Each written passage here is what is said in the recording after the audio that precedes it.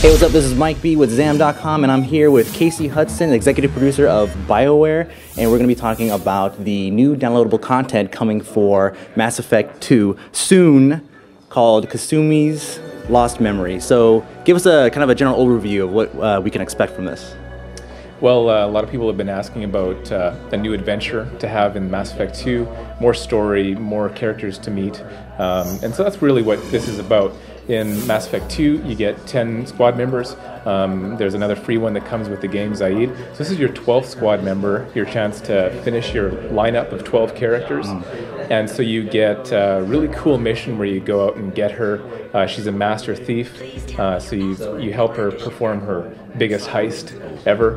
And it's about an hour and a half of content just for that mission, but then of course you get really an entire game length of involvement from this character. She's involved in all the different conversations, and of course she affects the end game, and you'll be able to have 12 characters that you take into the end game instead of just 11 from before. So I'm assuming that you're going to get some kind of extra powers or something from all this with the loyalty missions and all that, so what can you tell us about that? Right, I mean, in addition to all that stuff, you get kind of a package of other goodies with this. First of all, Kasumi has some special powers of her own. One of them is Shadow Strike, so she can actually cloak during combat, and then she'll appear right next to enemies, uncloak, and she'll hit them with her Omni tool. For a lot of enemies, it's almost a one-shot kill, and so it's very powerful, but it puts her in harm's way, so it's an interesting, different way to play all the different combats in the game. And then there's also the flashbang grenade power, which is a loyalty power that you get after this mission. So that also is a fun thing to do. The enemies use it on you in this mission, and then afterwards you can use it on them. And then you also come out of it with a new submachine gun, achievements, lots of little neat things that add to the overall experience of Mass Effect 2. So she's not a love interest at all, right? You can't work that out into this, or is it kind of too late for that? That's right. She, as part of the actual story, she has her own love interest that is actually part of what you're helping her find. It's her partner, and this memory chip that you're looking for was actually implanted in his brain, and you're trying to help her get closure with that. Interesting. So let's talk about like just the future of Mass Effect 2. I mean, you guys unleashed this very, very refined piece of Mass Effect 1 where you can actually go through and add all of these new missions. You know, I mean, right now the way you meet her is through the Citadel, right? Right. So now you guys have this option where you can just kind of create new stories and new sidelines. Can we expect more more characters to add to the team later on? Well, the way we designed Mass Effect 2 was it's meant to support 10 characters plus 2 that are downloadable. We had to know which characters we were going to do before we released, so we made sure we knew what their names were going to be, and we had slots for them on either end of the total lineup. And so now that we've had, one of them was free, and that's Zaid, and this is the 12th squad member.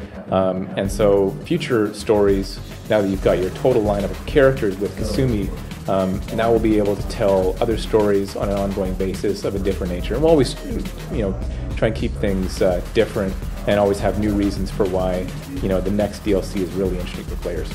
So, we have the Turians, we have the Solarians, the Quarians. I mean, we have all these really, really rich lore that goes all the way back to the Protheans and all that stuff. So what can, we expect, I know maybe 2012 or something like that, I'm really kind of pushing out, 13, maybe Mass Effect 3, right? Maybe 2015, maybe Mass Effect, the MMO. Is there anything kind of going around the office about that you could say? That's a long way in the future, isn't it?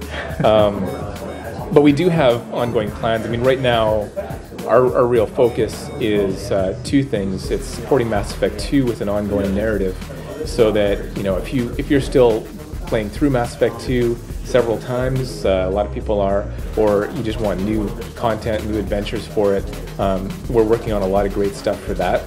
And then the other thing that we're really focused on is Mass Effect 3, which we're just starting development on right now.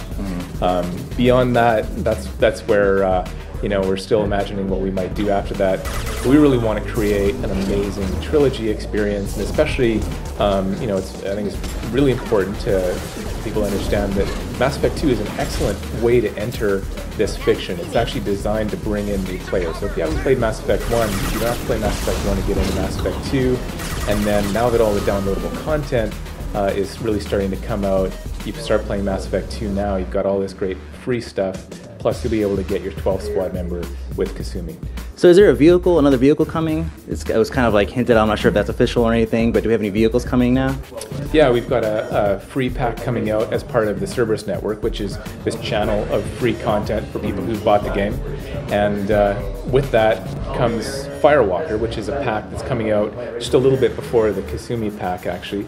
Kasumi's coming out at the beginning of April, and then Firewalker pack will have vehicle, and it's kind of like the Mako, but it's more agile. It's a hovering tank, and it gives you a bunch of missions as part of this new vehicle. And then we'll use that vehicle on an ongoing basis and other DLC. So the vehicle is actually going to be something that you can actually drive around.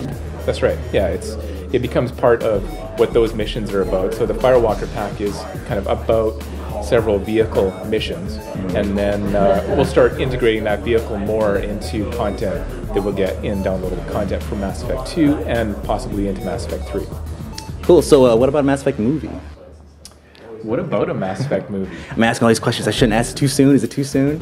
No, I mean, there's no question that there's a lot of interest in Mass Effect feature film, but you know, as with anything, you know, we've got a dark horse comic, we've got a series of novels, and our interest is just to make sure that it's all there for a reason. You know, it actually adds to your experience, and it's all going to be high quality. So we're not going to do a movie until, you know, we have all the right partners and it's going to be really great. Well, it's one thing that we've learned so far is that BioWare doesn't do anything unless it's done right the first time. So thank you very much, and looking forward to it.